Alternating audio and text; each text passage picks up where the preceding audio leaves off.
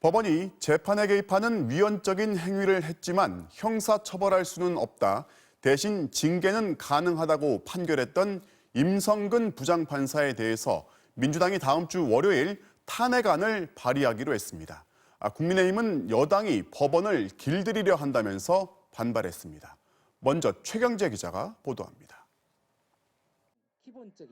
탄핵 소추안 발의를 주도하는 민주당 이탄희 의원은 다음 주 월요일 오전 발의하겠다고 밝혔습니다. 이 의원은 임성근 판사는 법원이 재판 독립을 침해한 반헌법 행위자로 공인한 사람이라며 헌법재판회부는 국회의 헌법상 의무라고 밝혔습니다.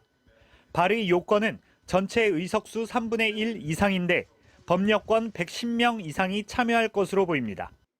우리나라는 지금까지 한 번도 판사를 탄핵한 사례가 없으니까 판사들이 헌법에 위반돼도 그냥 지나가요. 이렇게 오니까 사법부에 신뢰가 떨어지는 상황이 생기는 거죠.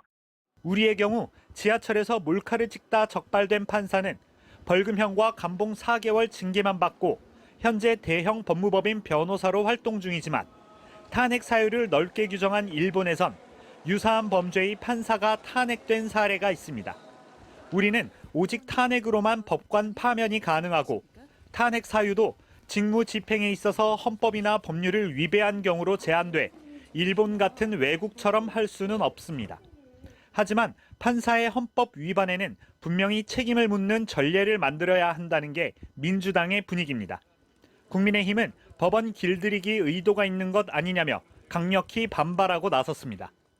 법원의 코드 인사와 판결을 이끌어내기 위한 길들이기 탄핵이라고 밝혀진다고 하면 감당하기 힘든 국민적인 역풍을 감내해야 할 것입니다.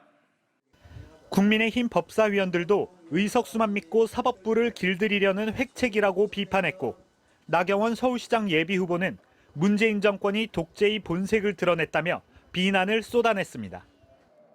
탄핵 소추안이 다음 달 1일 발의되면 24시간 이후 72시간 내에 표결한다는 규정에 따라 3일이나 4일쯤 표결 처리될 것으로 보입니다. MBC 뉴스 최경재입니다.